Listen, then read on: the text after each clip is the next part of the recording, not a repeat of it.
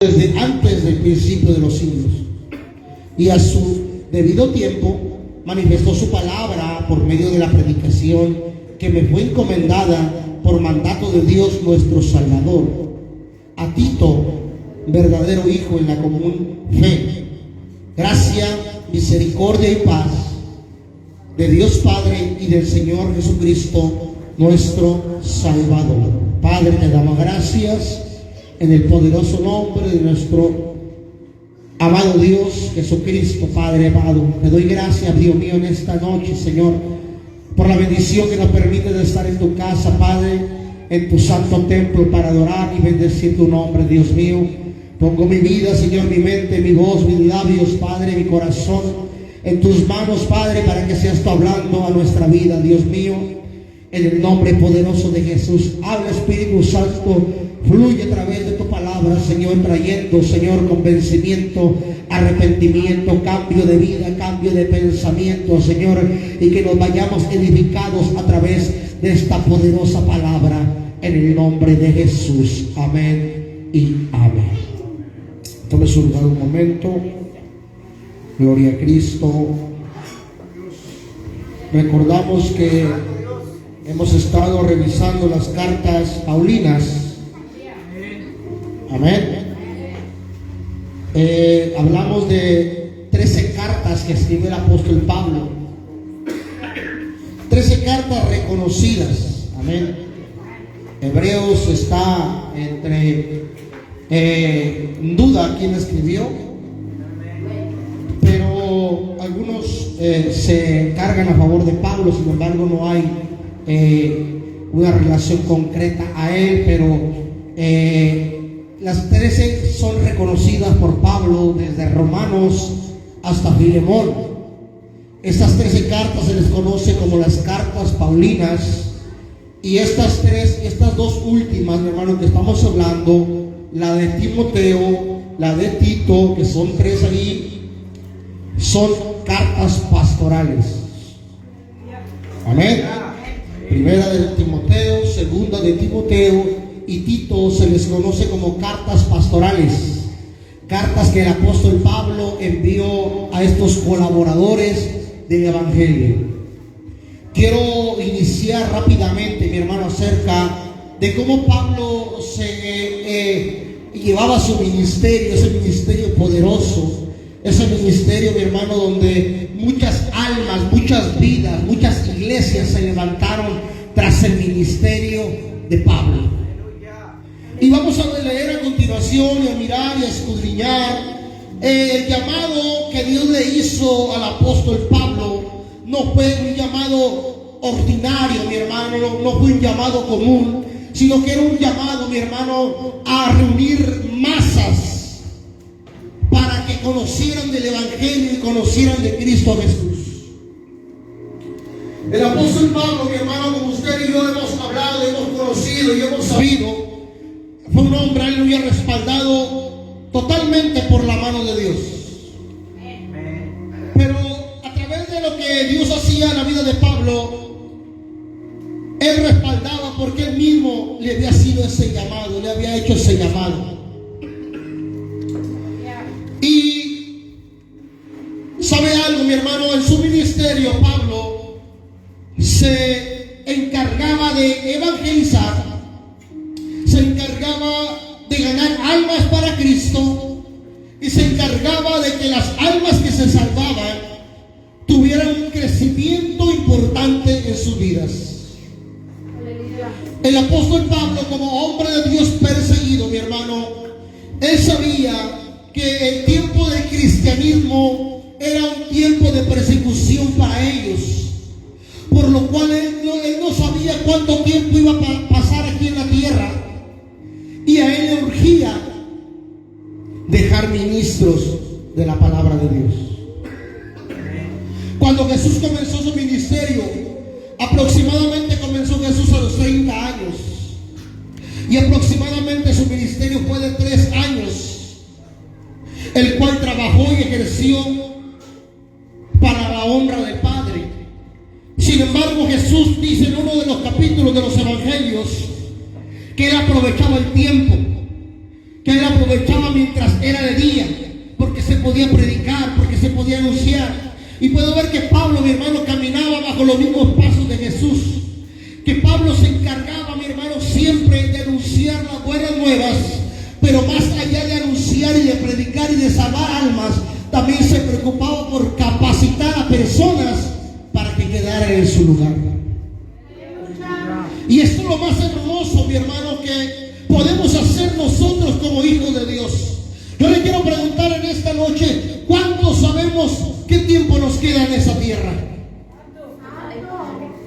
Sin embargo, nos hemos puesto a pensar si hemos levantado personas que siguen nuestros pasos.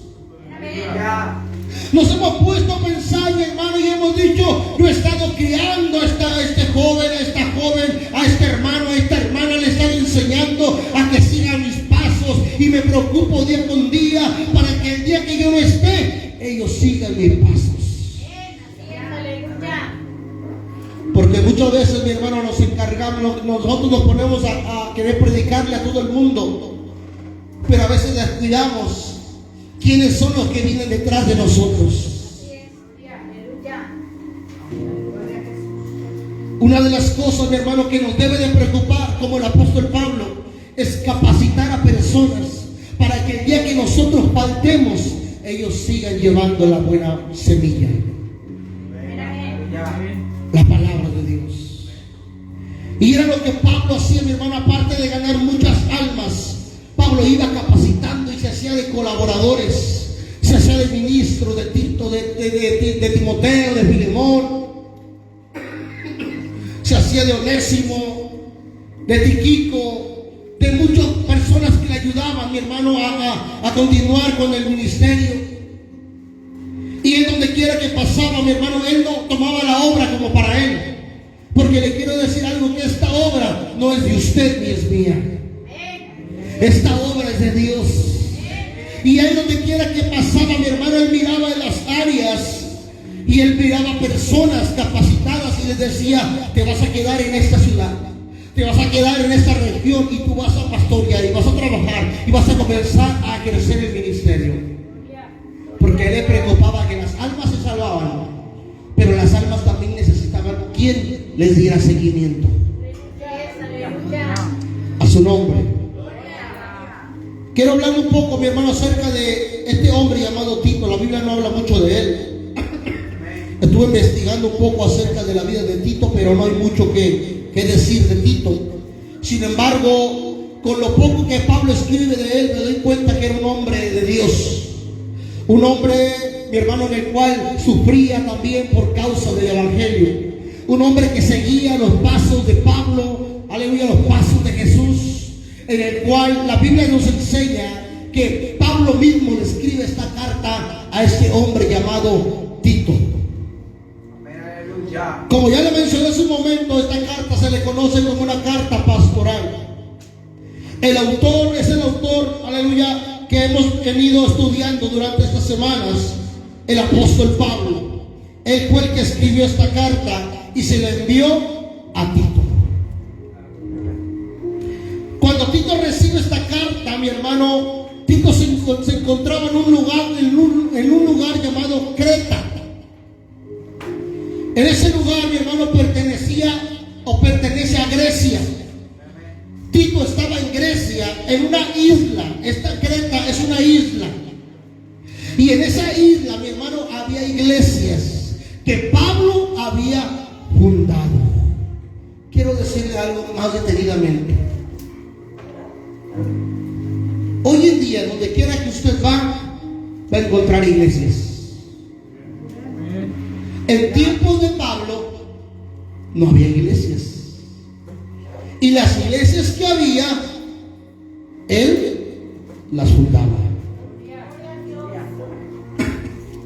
Entonces nos damos cuenta que si Tito se encuentra hoy en Grecia, en Creta, quiere decir que había el apóstol Pablo pasado por ahí con su ministerio y había ganado almas para Cristo Jesús.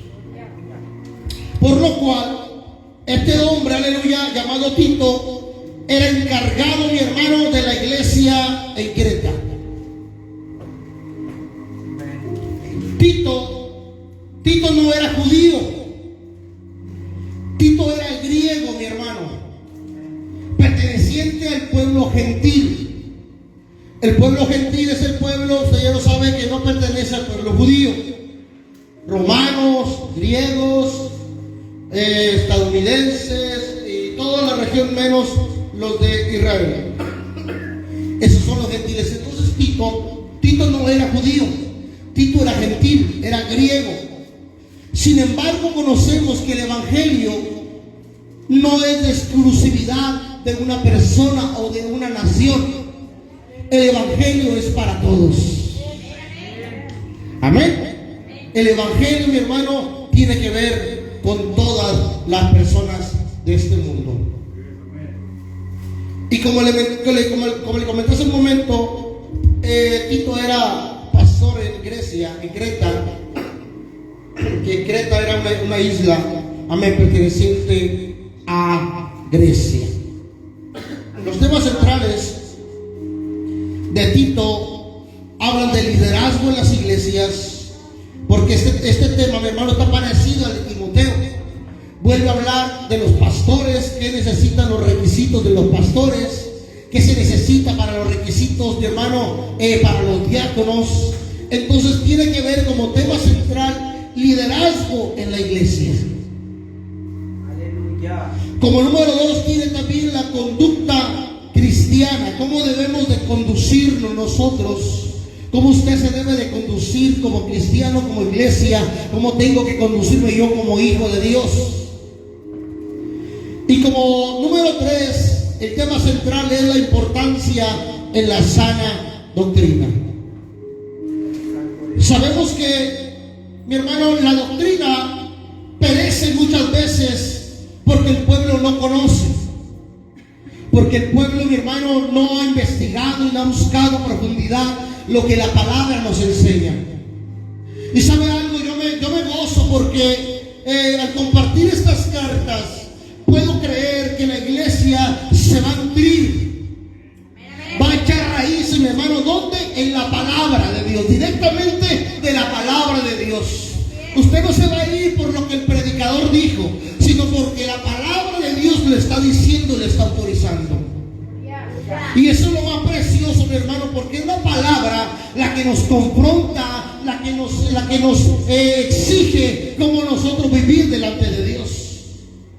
A veces nosotros nos enojamos con el predicador, a veces nosotros nos enojamos con el pastor, pero quiero decirle, mi hermano, que un buen pastor, un buen predicador te va a hablar lo que la palabra de Dios nos dice a todos.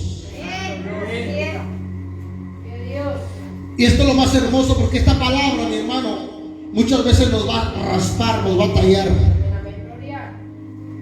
¿Cuántos de aquí, hermano, cuando se bañan no usan nuestro fajo? Pocos.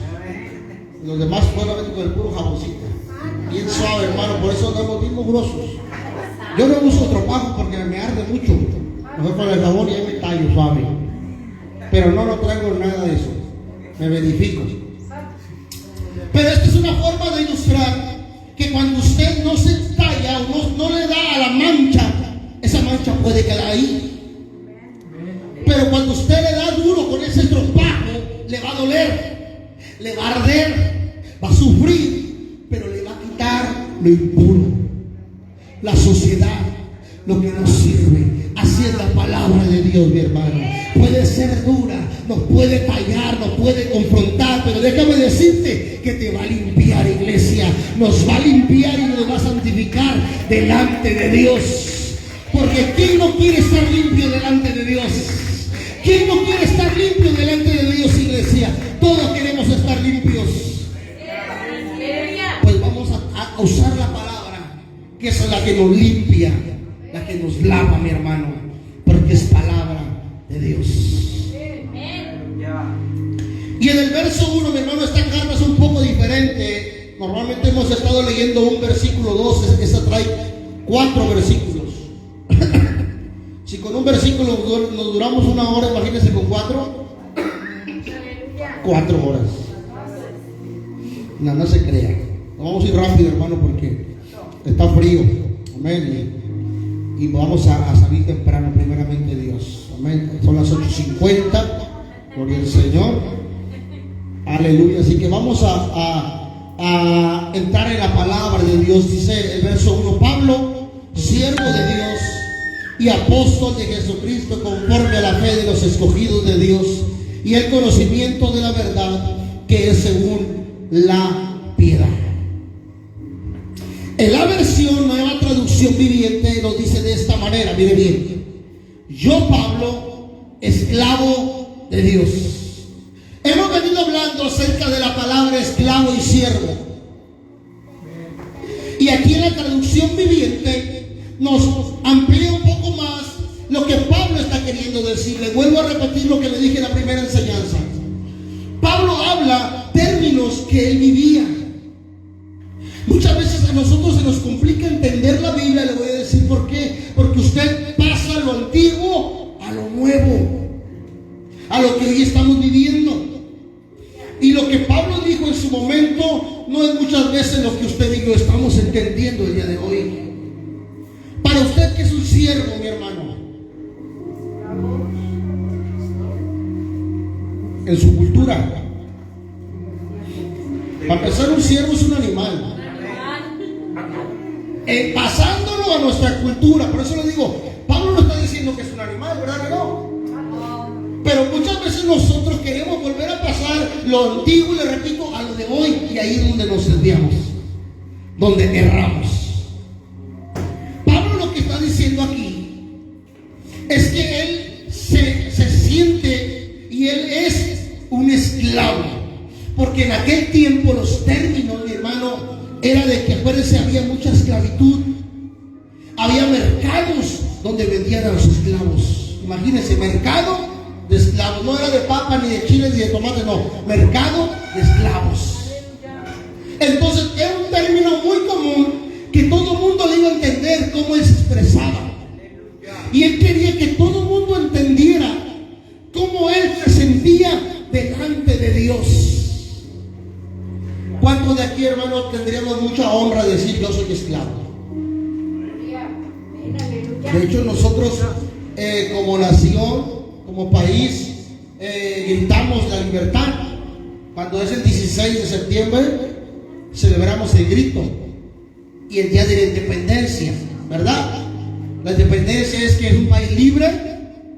Más o menos por ahí va, no soy muy bueno en la escuela, pero por ahí va. Que es un país, mi hermano, que no es esclavo de nadie.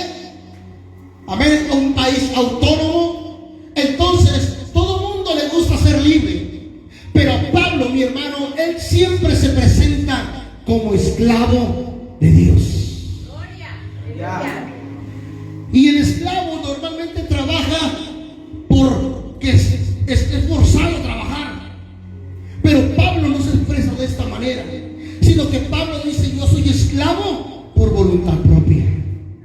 Yo soy esclavo por amor a Dios. Y eso es lo que tenemos que tener en cuenta, mi hermano, que si usted y yo somos esclavos de Dios, no es porque te obliguen ni me obliguen, sino porque de mi corazón nace servirle a Dios. Esto es, mi hermano, lo hermoso que Pablo habla y enseña, que él servía a Dios no por fuerza, sino por amor a Dios. Esclavo viene de la palabra griega doulos, que significa esclavo de baja condición. Mire cómo el apóstol Pablo se presenta. Hoy en día, en nuestra cultura, cuando dicen vamos a dar lugar al siervo de Dios para que pase, y pasa el predicador y pasa así. Se siente el siervo de Dios. Pablo no hablaba de ese siervo. Pablo decía el esclavo de más baja condición. ¿Está entendiendo? Que cuando nosotros nos consideramos esclavos de Cristo, que somos los más inmerecedores de la gloria de Dios. Usted sabe que Pablo tenía grandes cosas que presumir. La Biblia dice en una de las cartas que pronto lo vamos a repasar todas. Y ahí usted se va a dar cuenta donde Pablo dice: si tengo de qué gloriarme, tengo mucho. Y él dice: soy hebreo de hebreos, instruido a los pies de Gamaliel. Y él comienza a sacar sus trofeos. Y él dice: de todos ustedes yo puedo gloriarme más. Sin embargo, todos mis logros, todos mis trofeos, dice, los tengo por basura. ¿Qué estaba diciendo Pablo? Yo dejo todos mis logros, todos mis trofeos, todos mis adornos, mis coronas, y me hago el más humilde, me hago el más menospreciado, me hago el más insignificante, porque eso soy delante de Dios. Cuando usted y yo tenemos este sentir, iglesia, nosotros, aleluya, somos levantados por la mano de Dios. La Biblia dice que Dios al altivo lo mira de lejos, pero al humilde lo atiende. ¿Qué me enseña Pablo con esta actitud, mi hermano? Pablo antes, mire bien, porque usa dos términos: esclavo y después apóstol. Pero antes él de ser apóstol es esclavo. ¿Me entiende o no me entiende? Yo, antes de ser pastor, primero soy esclavo de Jesús. Usted, antes de ser lo que usted sea, primero usted es esclavo o esclava de Cristo. Porque muchos presumimos: yo soy yo voy a hacer esto, voy a hacer aquello, yo soy hijo de un rey, una hija de un rey. No es por ahí la cosa. Porque Pablo lo podía decir, pero él se presenta primeramente sabiendo que él es esclavo de Dios. Cuando usted y yo tenemos este fundamento en nuestra vida, nunca se nos va a subir el yo, nunca se nos va a subir el ego, porque estamos reconociendo que delante de Dios, iglesia, somos simplemente servidores. Aunque Pablo tenía los dones del Espíritu, aunque Pablo podía hablar más lenguas que toda una iglesia, aunque Pablo, mi hermano, tenía todos los ministerios, él decía: yo soy un esclavo de la más baja condición delante de Dios. ¿Cuántos de aquí tenemos esa humildad? Que primeramente decimos: Dios es el que es mi dueño y yo soy su esclavo de él. Antes de sobresalir, mi hermano, yo le puedo decir algunas cosas, como dijo Pablo: hermano, yo sé predicar, hermano, yo sé tocar, hermano, yo sé cantar, hermano, yo sé hacer esto, pero de nada sirve nada. Lo más importante es reconocer que somos esclavos de Dios. Hay quienes se presentan con etiquetas, hay quienes se presentan, mi hermano, con títulos, pero nunca dicen: soy esclavo de Dios. Le pregunto en esta hora de alabanza: ¿cuántos de aquí somos esclavos de Dios? Gloria a Dios. Por eso hoy los esclavos, fíjese que iba a preguntar en el grupo, nomás que no me animé, y a poner: ¿cuántos quieren venir a la casa de Dios hoy? Porque hasta yo también dije: ay, no quiero ir a la iglesia hoy. Si hubiera puesto, yo lo hubiera dicho. ¿Sí? Y luego llegué temprano y no vi nadie. Y digo a mi esposa: se me hace que no va a venir nadie, mejor vámonos. Pero como somos esclavos, mi hermano, venimos a la casa de Dios. Amén. Y sabemos, mi hermano, que aquí Dios nos habla, Dios nos fortalece, y ya estando aquí, hasta el frío se nos va y no paramos de sudar. Pero reconocemos que si usted viene, usted no viene por el pastor. Nunca haga eso. Si usted viene, hágalo, porque usted sabe que es esclavo y esclava de Cristo. Y yo voy por amor, porque su palabra dice: yo me alegré con los que me decían: a la casa de Jehová iremos. Hay una actitud, mi hermano, de esclavitud delante de Dios acerca de nuestra vida. Pablo se presenta y él siempre tiene esto metido en el corazón. Lléveselo usted en esta noche. esclavos de Dios. Aleluya. Gloria a Dios. El Santo Dios. Para él era su mayor gozo, mi hermano, decir yo soy esclavo.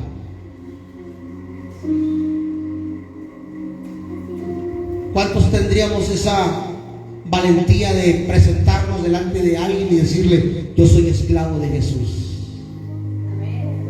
Podemos decir yo soy cristiano, yo voy a la iglesia, pero si usted le dice a alguien que no conoce de Cristo yo soy esclavo de Dios, esta persona lo va a cuestionar. ¿Pero por qué eres esclavo?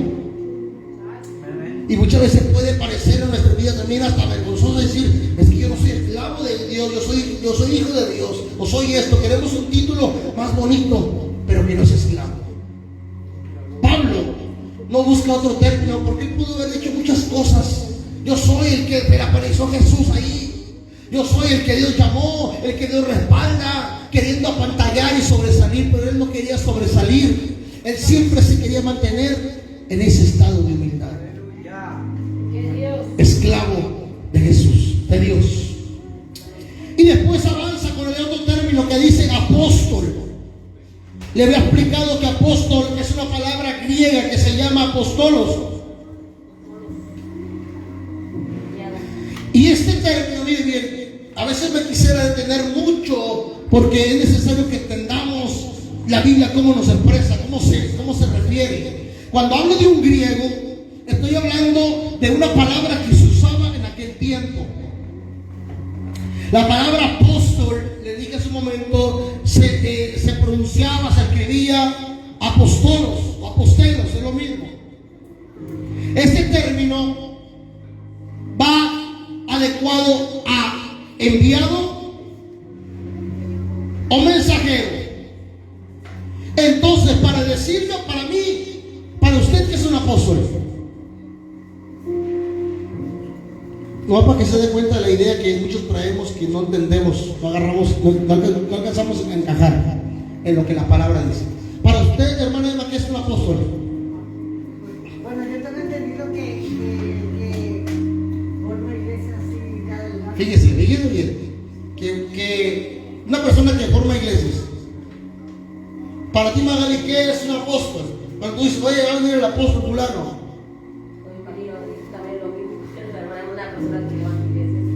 ¿Sí? Hermana San Juan, ¿usted qué se imagina cuando escucha la palabra apóstol? Cuando yo lo escuchaba a usted del apóstol, yo decía, pues es alguien bien grande, más que el pastor. Amén. Fíjese bien. Alguien que adivina y que... Fíjese bien. No adivina bien. Fíjese bien. Eso es lo que usted y yo entendemos cuando no entramos en la escritura original. En la escritura original, cuando se habla en griego, lo que se está diciendo simplemente es enviado.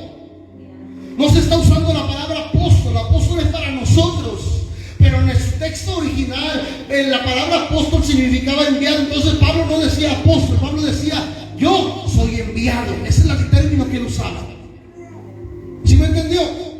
Entonces un apóstol, mire bien, en Roma, en Grecia, en los tiempos bíblicos, era una persona que llevaba un mensaje, un mensajero.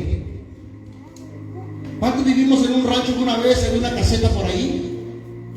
Y nos hablaban por teléfono y ahí iba el mensajero de la bicicleta. Ese era un apóstol. Alábele si puede. Ya salimos de dudas. El apóstol no es el que adivina, no es el que levanta iglesias, el apóstol no es el que predica, sino era una persona que le enviaba a realizar cierta tarea bajo el mandato de un rey o un emperador, porque este enviado llevaba una autorización a su nombre. ¿Ya me entendió?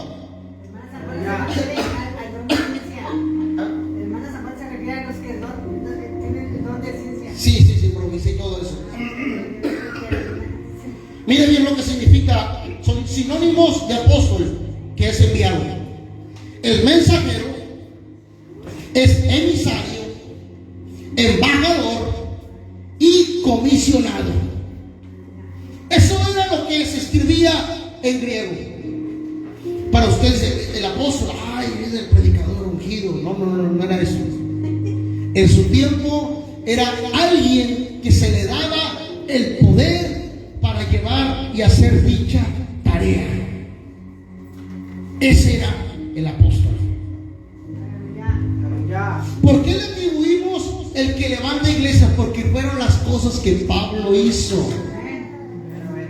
¿Me está entendiendo? No porque el apóstol, mi hermano, el término apóstol significa levantar iglesias, sino que fueron las actitudes y las cosas que Pablo hizo que fueron enviados. Entonces, un enviado hoy en día, pues tiene que hacer los mismos pasos que Pablo.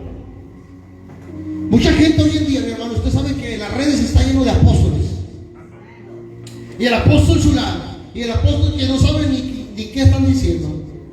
Porque lo único que están ellos diciendo es que son enviados por Dios. ¿Y qué es lo que hace un apóstol? Sufre por el evangelio. Desvelos, naufragios, golpes, atentados, hambres, de todo. Entonces, mi hermano, quiero terminar este término para que usted me entienda. En tiempos de Pablo había muchos apóstoles. ¿De qué manera? Estos apóstoles eran enviados por el César o por otra realeza. Miren bien, eran mensajeros que ministraban o ejercían con la autoridad extendida de su soberano. Pero Pablo acentuaba bien que él no pertenecía a ninguno de estos reyes, mi hermano, sino que él pertenecía al soberano, al Rey de Reyes y Señor de Señores. Pablo decía: yo soy enviado, pero no soy enviado del César, no soy enviado del rey fulano, no soy enviado del emperador sultano, no, yo soy enviado, pero soy enviado de Jesucristo. ¿Me está entendiendo? Nos damos cuenta, mi hermano, que Pablo se mencionaba enviado a sí mismo, pero que él estaba cumpliendo dicha tarea por Jesús. Está de más que le explique el llamado que Cristo le hizo. Entonces, todo lo que él hacía, lo hacía por mandato de ¿quién? De Cristo Jesús. Ese es un enviado. El enviado es cuando usted dice a su hijo mayor: ¿sabes qué? Dile a tus hermanos que limpien la casa, que uno lave trastes, que otro barra y que el otro limpie el patio. Ese es el enviado, el mayor. Está siendo enviado bajo la autoridad de ¿quién? Del papá o de la mamá, de los que mandan de la casa. Amén. Entonces el hijo mayor tiene la facultad, el poder de decirles a ellos lo que tienen que hacer, de acuerdo a la persona que lo envió. Entonces Pablo, él dice: yo soy enviado no de hombres terrenales, no del César, del emperador. Yo soy enviado por Jesús nuestro Señor. ¿Hasta aquí me entendió?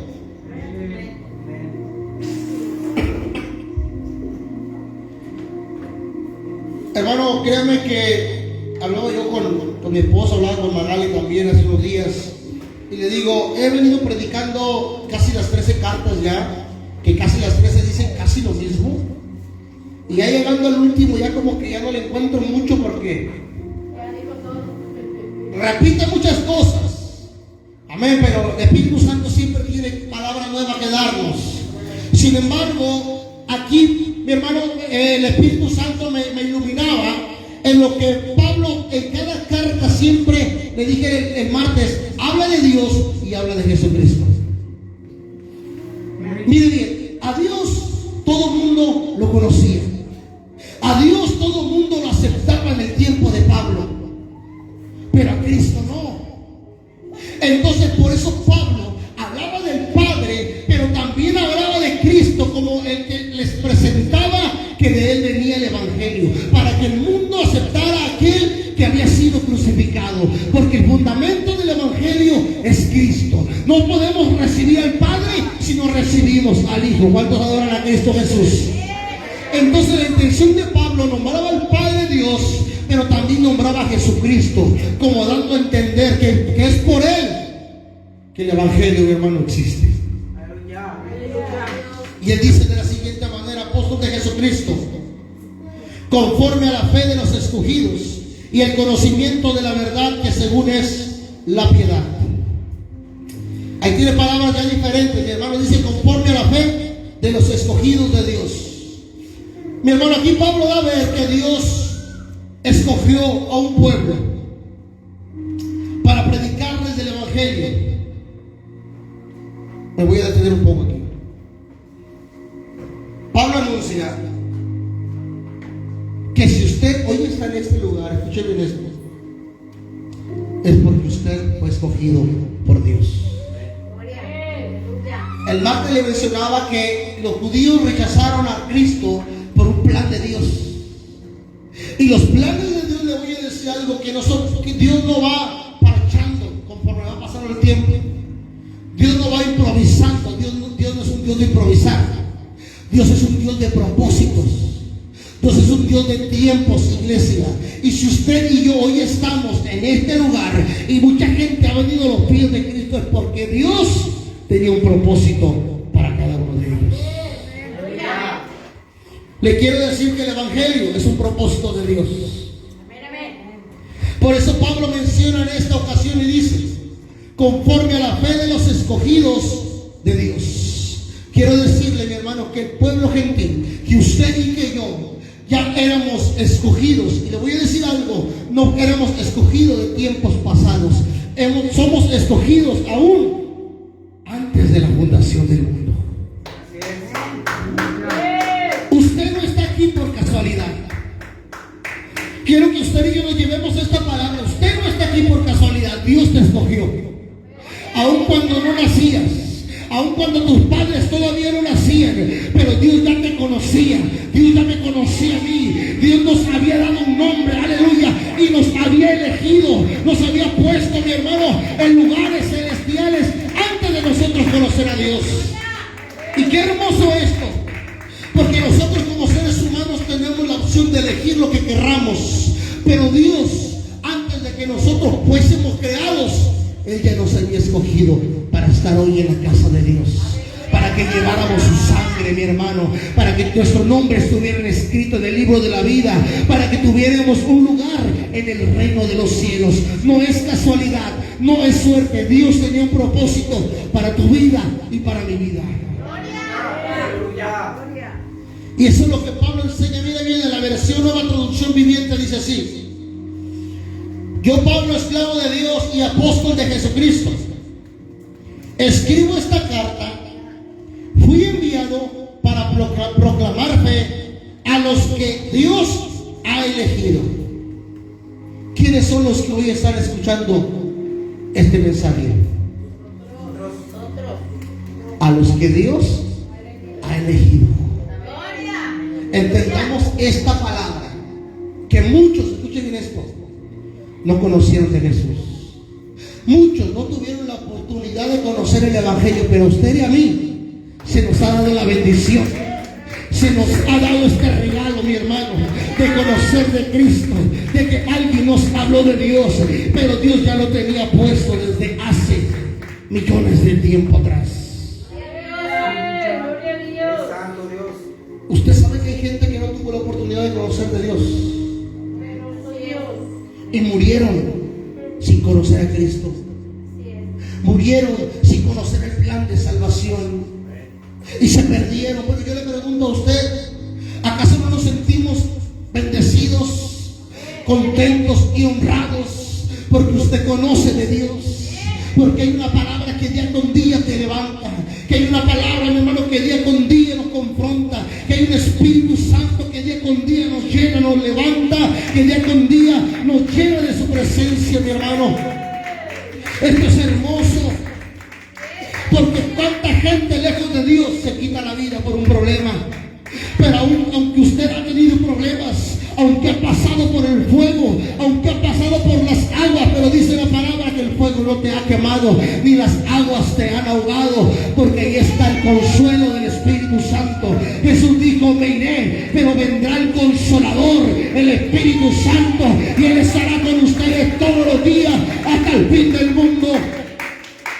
Qué preciosa palabra, mi hermano. Dios te escogió. Dígale al que está a su lado: Dios te escogió. Mira qué bendición. Mira qué bendición, iglesia.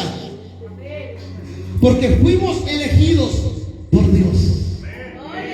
No es que usted haya buscado a Dios. No es que usted conoció a Dios. No, es que Dios ya te conocía. Hay un texto por ahí que dice: no es que nosotros hayamos amado a Dios, sino que Él nos amó primero. Yo no sé si usted entiende esta palabra, pero es algo precioso. Él nos amó primero. ¿Puede usted creer eso? Antes de que usted fuese quien es, Él ya te amaba.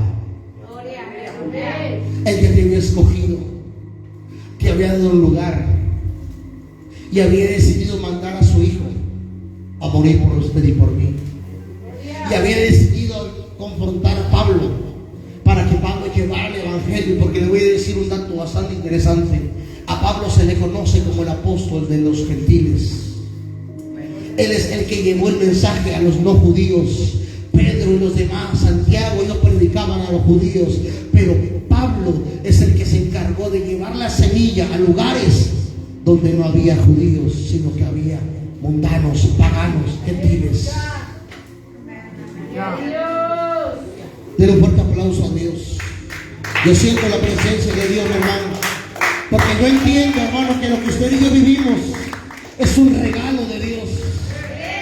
Nosotros como seres humanos, si nos dieran a escoger algo, normalmente siempre queremos escoger lo mejor.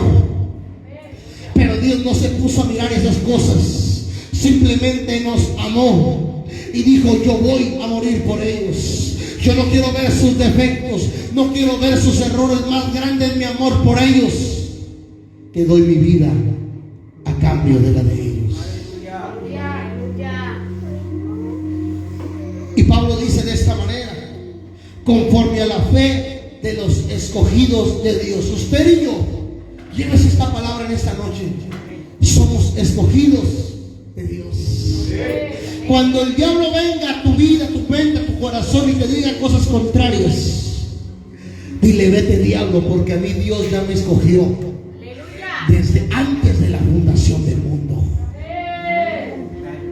Porque el diablo te va a decir: no sirve para nada. Porque el diablo te va a menospreciar. Porque el diablo te va a recordar tu pasado. Porque el diablo muchas veces, mi hermano, te va a querer hacer dudar. Pero hoy lleves esta palabra en su corazón y créalo. Y dígale al diablo: diablo, a mí Dios me eligió hace mucho tiempo ya. Y si estoy aquí no es por casualidad. Si estoy aquí es porque Él me puso en este lugar. A su nombre. A la fe de los escogidos de Dios y el conocimiento de la verdad que es según la piedad. El conocimiento que es según la piedad, Pablo sigue anunciando para qué Dios lo llamó. En el punto anterior le hablé acerca de que Dios lo escogió para predicar, mi hermano, para llevar las buenas nuevas a aquellas personas que Dios ya había escogido. ¿Quiénes son los que Dios ya escogió? Aquellos que reciben el Evangelio. Dios puso un apóstol, un enviado, y puso un montón de gente por ahí, pero que sabía que esa gente iba a recibir el mensaje del apóstol. Y cuando el apóstol predica y habla de Jesús y de Dios, el pueblo puede recibir la palabra y se puede convertir a Dios. Esos son los elegidos por Dios. Cuando usted y yo recibimos el mensaje y decidimos convertirnos a Cristo, esto nos hace elegidos de Dios.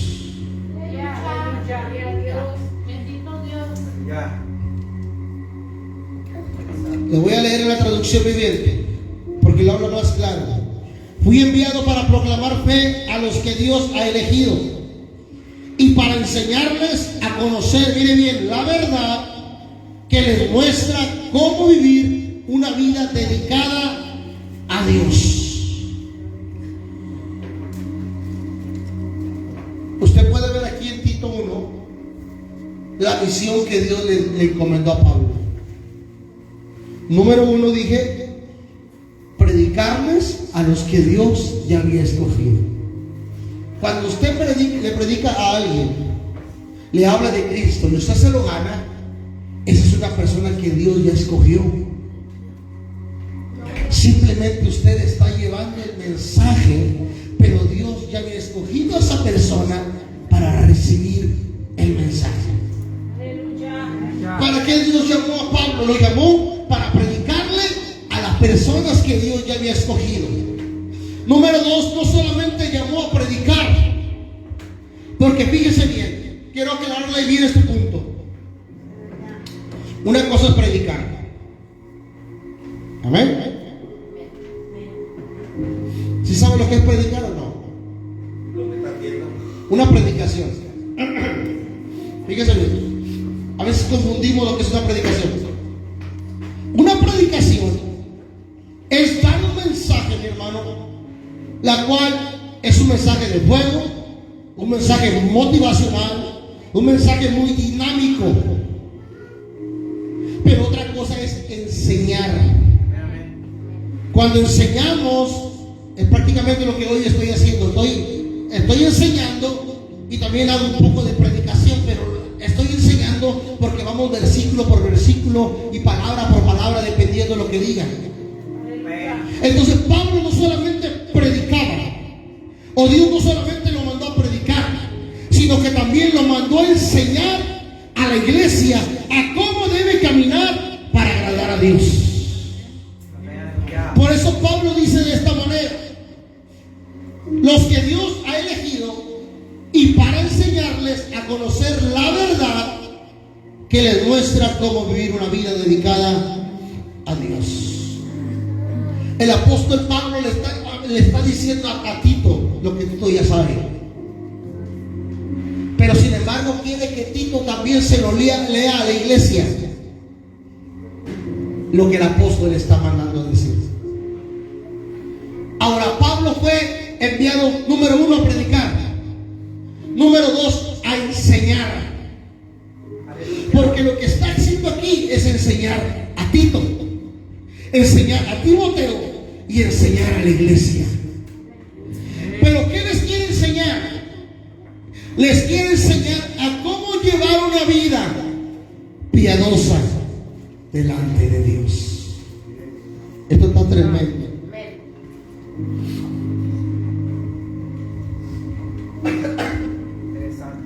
A su nombre. El evangelio, mi hermano, la vida cristiana no es una vida común y corriente como cualquier cosa que usted quiera tomar. A veces confundimos el ser cristiano, mi hermano, con pertenecer a un club, pertenecer a una religión, pertenecer a cualquier otro movimiento. Pero quiero enseñarle algo de acuerdo a las escrituras y de acuerdo a lo que Dios envió a Pablo, que la vida del cristiano ha sido llamado, hemos sido llamados a vivir una vida piadosa delante de Dios. Escuchen bien, a vivir una vida.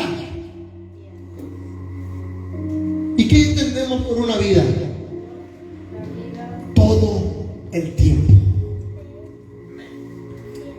A vivir una vida piadosa. ¿Qué significa una vida piadosa? Significa una vida que agrada a Dios. Sabe que muchas veces, hermano, me entristezco, mi corazón se entristece,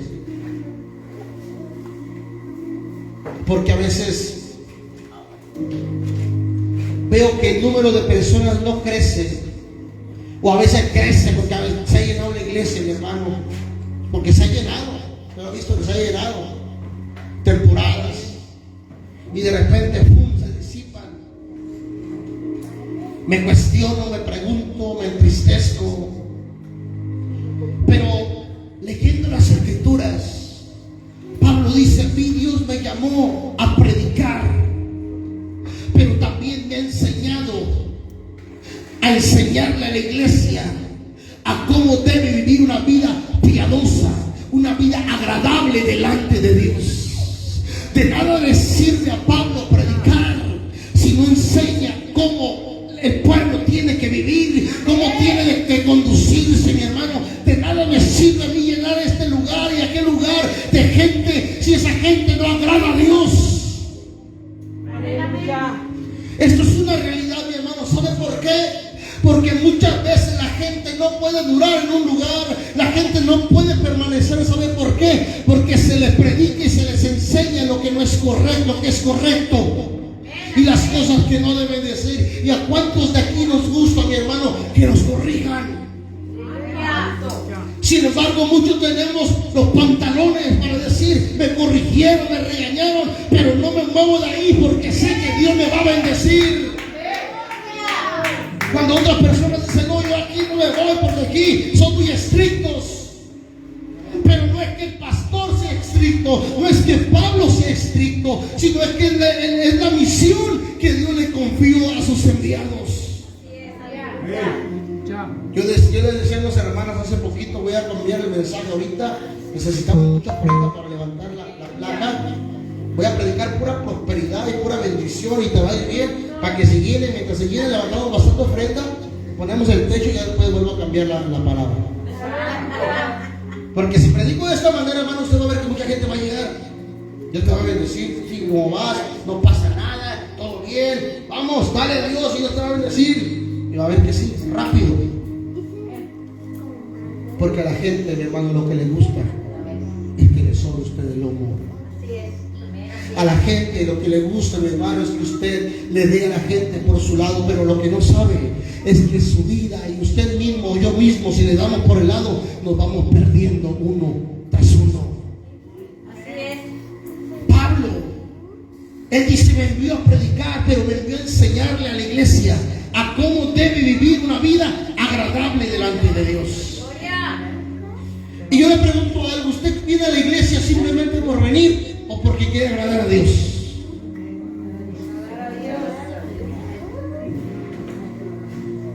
No los escucho muy convencidos. ¿Usted viene a la iglesia simplemente por venir, porque los cantos están bonitos, porque el pastor canta bonito, o qué sé yo? ¿O simplemente viene porque quiere agradar a Dios? Porque ese debe de ser el motivo por el cual usted está aquí en este lugar. Porque queremos agradar a Dios y ciertamente luchamos y batallamos, pero día con día nos esforzamos. Y Pablo enseña y dice: para enseñar a los que Dios ha elegido, para enseñarles a conocer la verdad que les muestra cómo vivir una vida dedicada a Dios.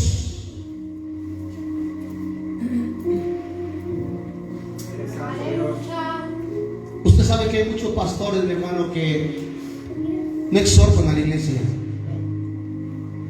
y es difícil.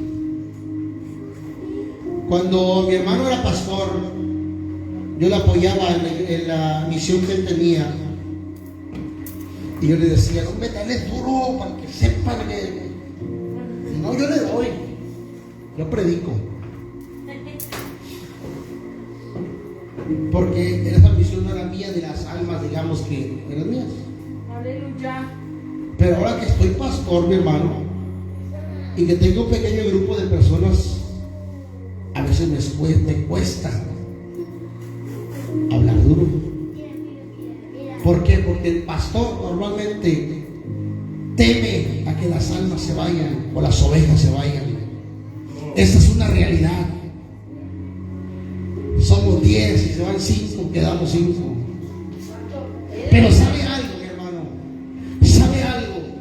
Esta palabra fortalece mi espíritu y debe de fortalecer tu espíritu. ¿Por qué? Porque no hemos sido llamados a entretener a la gente. No hemos sido llamados, mi hermano, a reunirnos a simplemente una reunión. No, tiene que haber transformación en nuestro corazón y en nuestra vida. Por eso Pablo dice: he de enseñar a cómo vivir una vida piadosa delante de Dios. Aleluya. Le voy a decir algo, cambio de punto. Si no te reprenden, es que no te aman. Si no te llaman la atención, iglesia, es porque no les importas. Pareciera que el pastor te ama porque no te corrige. Pareciera que pastor te ama porque no te exhorta, pero lo que está haciendo es hundirte cada día más por no decirte la verdad. ¿Qué padre ve que su hijo va rumbo a un pozo y no le advierte de su mal camino? Esto sería no amarlo. Sin embargo, mi hermano, Pablo le dice a Tito: Dios me llamó a enseñarle a la iglesia cómo debe de vivir para agradar a Dios.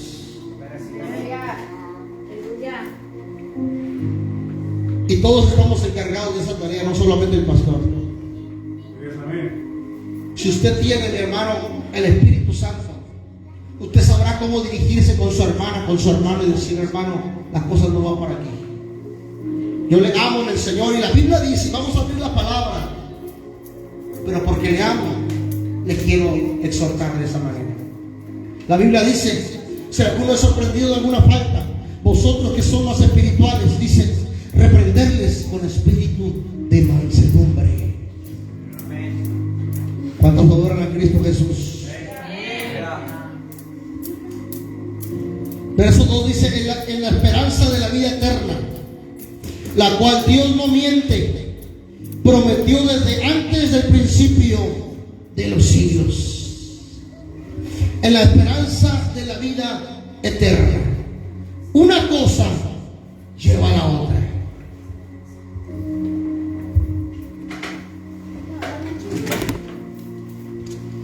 Acabamos de hablar de una vida que agrada a Dios. 56. Y una vida que agrada a Dios genera una esperanza. ¿Y cuál es esa esperanza? La vida eterna. Voy a terminar ahí, hermano, porque no me va a dar tiempo. A mí me avanzó el tiempo. La esperanza que produce nuestra vida de piedad es la vida eterna. Escuche bien esto. Si no hay una vida llena de piedad, no hay vida eterna, iglesia.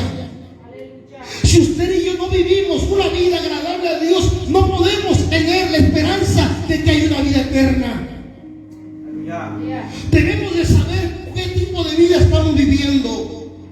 Y yo te vengo a decir en esta noche, reconozco que usted tiene fallas, reconozco que yo tengo fallas, pero quiero decirle en esta hora que día con día luche por una mejor vida. Que día con día luche por un día nuevo, cambiar lo que antes hicimos atrás, hoy, mañana ya no hacerlo. Porque de eso se trata el evangelio, mi hermano. No se trata que año tras año los mismos pecados, no. Tenemos que tener una vida de piedad. Y hoy Dios a ti y a mí nos da la oportunidad de que el pasado se quede atrás.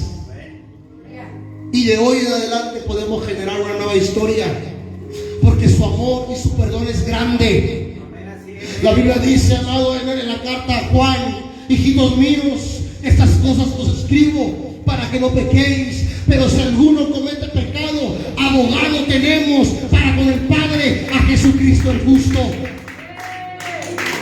Una predicación nunca es para condenar a nadie. Escuche bien esto. Una predicación nunca es para juzgar a nadie, no, sino es para traerlo al arrepentimiento, para que reconozcamos qué tipo de vida estamos llevando. Dice su palabra que la esperanza de la vida eterna, en la esperanza de la vida eterna, la cual Dios, que no miente, prometió desde antes de los principios de los siglos. ¿Qué es lo que Pablo nos dice ahí, mi hermano? Que el que vive una vida de piedad tiene la esperanza de que en el cielo, al lado de Cristo Jesús, de Dios Padre, tenemos un lugar para nuestra vida. ¿Qué le quiero decir con esto, amada iglesia? Luchemos por esa esperanza. Lo más hermoso, lo más glorioso no es que Dios te bendiga en esta tierra. Lo más hermoso, lo más glorioso no es lo que Dios te pueda dar, el ministerio, el don. Eso es secundario. Lo más hermoso es la esperanza de ver a Dios cara a cara.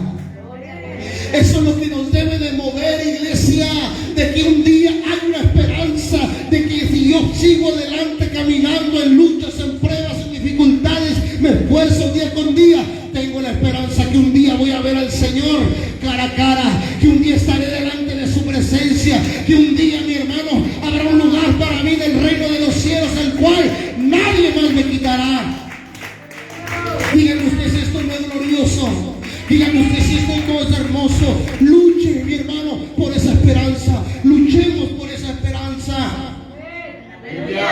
Que si usted hace las cosas bien, no espere elogios del pastor, no espere elogios de la iglesia, espere la esperanza. La Biblia dice: he aquí, yo vengo y mi galardón conmigo para recompensar a cada uno según sean sus obras. Dios tiene recompensa para aquellos que le aman. Dios tiene recompensa para aquellos que guardan su vida, mi hermano. ¿Por qué no hacer hoy delante de Dios un voto y decirle: Señor, yo sé que me he equivocado, yo sé que a veces no he obedecido, pero hoy quiero formar una vida nueva, una vida de piedad, Señor.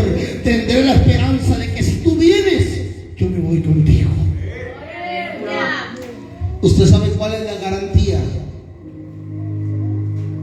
de irnos con Cristo? Una vida dedicada a Dios. Porque usted cree que Pablo, cuando iba a ser sacrificado, dijo: he guardado la fe, por lo cual me espera. Mire bien, Pablo no titubeó ni dudó. Él dijo: me espera una corona de vida.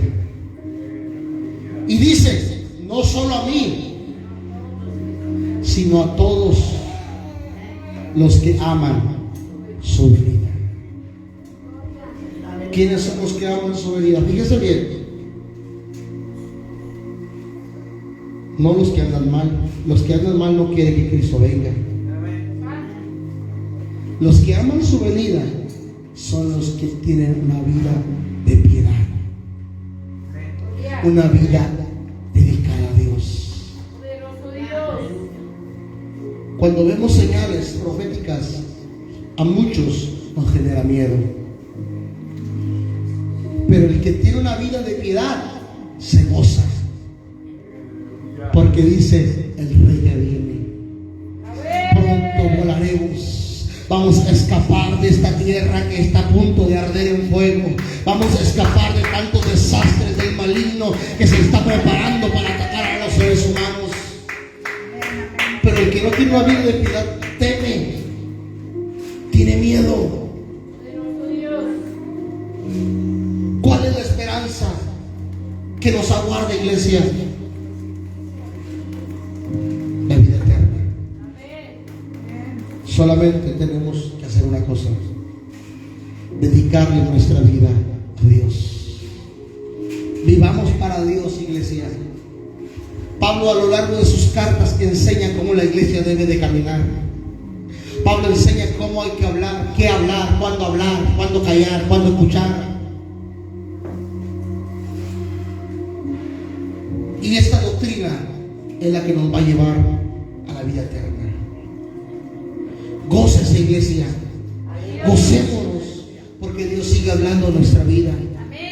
Y Dios quiere seguir lavándonos. Dios quiere seguir preparándonos, porque ¿sabe algo? La misión del Espíritu Santo en esta tierra es preparar a su iglesia. Él está preparando la iglesia. Él está preparando la novia, mi hermano. Usted sabe que cuando una novia se va a casar, hay personas que la están preparando, hay personas que la están decorando, hay personas que las están arreglando. Bueno, esa es la misión del Espíritu Santo: preparar la iglesia, adornar la iglesia, para cuando el novio venga, la iglesia lo reciba en gloria, mi hermano, y sea levantada con poder a través de esa vida piadosa. Pidámosle al Espíritu Santo en esta noche, digámosle: Espíritu Santo, ayúdame a tener esa vida piadosa, Señor. Dios sabe qué cosas usted y yo necesitamos. Dios sabe lo que usted y yo, mi hermano, estamos batallando. Pero si venimos delante de Él, Él es fiel y justo para perdonar nuestros pecados y limpiarnos de toda maldad. Tú no puedes vencer solo, mi hermano. Si estás viviendo luchas, dificultades, cosas que te es difícil dejarlas, Y dile: Señor, ayúdame porque yo no puedo solo. Él te va a ayudar. Él va a romper cadenas en tu vida. Pero es necesario que nosotros como seres humanos vengamos reconociendo que solos no podemos, que necesitamos la ayuda de su Santo Espíritu. Habrá alguien en este lugar que diga: yo quiero ser lavado. Habrá alguien en este lugar que diga: yo quiero tener esa vida de piedad. No solamente en la iglesia, mi hermano. Lo más importante no es aquí. Lo más importante es allá afuera. Lo más importante es en nuestra casa. Allí demos testimonio de una vida piadosa delante de Dios. Aleluya. Y usted va a ver cómo Dios va a obrar de una manera especial y mayor en nuestra vida. Póngase de pie en esta noche. Mi alma te alaba, Señor. Mi alma te alaba, Señor. Tu esfuerzo no es en vano, iglesia. Nuestro esfuerzo no es en vano. Ciertamente te está costando, me está costando. Hay momentos difíciles en nuestra vida, que la lucha se pone más intensa, que la prueba aumenta, que las situaciones de esta vida, mi hermano, nos acorralan. Pero tengo noticias de Dios para su iglesia, que hay una esperanza de vida eterna para aquellos que viven una vida piadosa, aquellos que guardan su vida para agradar a Dios, aquellos que reconocemos que somos pecadores, aquellos que reconocemos que necesitamos más de Dios, y que si guardamos nuestra vida todavía más se puede, iglesia. A veces hemos dicho: no puedo más, Señor. A veces hemos dicho: Dios mío, espérame, pero no puedo vencer esto. Déjame decirte que hoy el Espíritu Santo te dice: sí puedes.